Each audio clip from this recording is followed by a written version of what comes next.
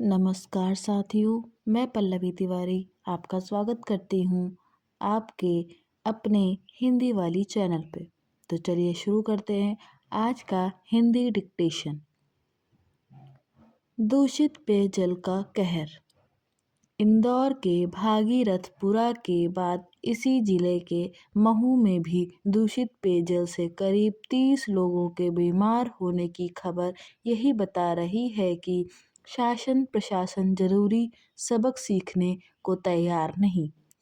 होना तो यह चाहिए था कि भागीरथपुरा में दूषित पेयजल से 25 से अधिक लोगों की मौत और उसके चलते सबसे स्वच्छ शहर का दर्जा रखने वाले इंदौर के प्रशासन की बदनामी के बाद राज्य भर में इसके लिए चौकसी बरती जाती कि कहीं पर भी दूषित पेयजल की आपूर्ति ना होने पाए। लेकिन महू का मामला यही बता रहा है कि ऐसा नहीं किया गया। यह जन स्वास्थ्य की गंभीर उपेक्षा है। दूषित पेयजल के मामले में केवल इंदौर की ही बात नहीं की जानी चाहिए। देश के तमाम शहरों में पेयजल की गुणवत्ता को लेकर सवाल उठते ही रहते हैं। इन सवालों की तब तक अनदेखी होती रहती है जब तक लोग दूषित जल के कारण गंभीर रूप से बीमार ना हो जाएं या फिर भागीरथपुरा की तरह काल के गाल में न समा जाएं। इसकी अनदेखी ना की जाए कि पिछले कुछ समय में नोएडा, गांधीनगर समेत देश के कई शहरों में दूषित पेयजल की आपूर्ति के मामले सामने आ चुके हैं। इन मामलों की व्यापक चर्चा इसलिए हो सकी क्योंकि भागीरथपुरा का मामला सतह पर आ चुका था।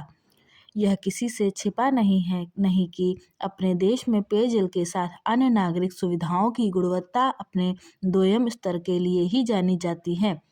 नगर निकाय और राज्य सरकारें पेयजल की गुणवत्ता को लेकर चाहे जो दावा करें, सच यह है कि देश के बड़े हिस्से में पेयजल की गुणवत्ता ठीक नहीं।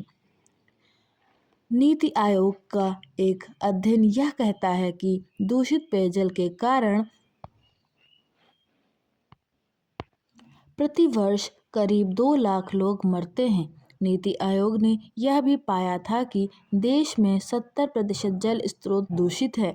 लोग दूषित पेयजल पीने को इसलिए विवश हैं क्योंकि नगर निकायों में जनता का प्रतिनिधित्व करने और पेयजल की गुणवत्ता सुनिश्चित करने वाले अधिकारी अपने दायित्वों के प्रति लापरवाह हैं।